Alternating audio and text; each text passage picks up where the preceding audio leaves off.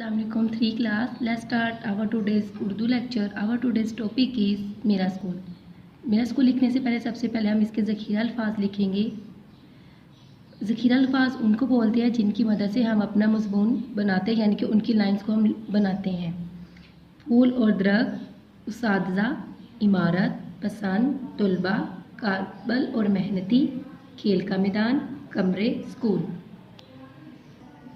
अब हम उन्हीं ज़ख़ीरा अल्फाज को इस्तेमाल करते हुए अपना मज़मून बनाएंगे.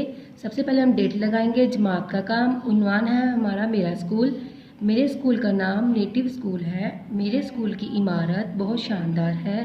इसके कमरे खुले और हवादार हैं. ग्रेड थर्ड आपने इसको ऐसे ही पैराग्राफ में लिखना है. पैराग्राफ लिखने के लिए सबसे पहले आपने यहाँ पे एक लाइन यानी कि एक अपनी फिंगर की स्पेस छोड़नी है. नेक्स्ट भी जब आपने सेकंड पैरा अपना लिखना है वहाँ भी आपने अपनी एक फिंगर की स्पेस छोड़नी है.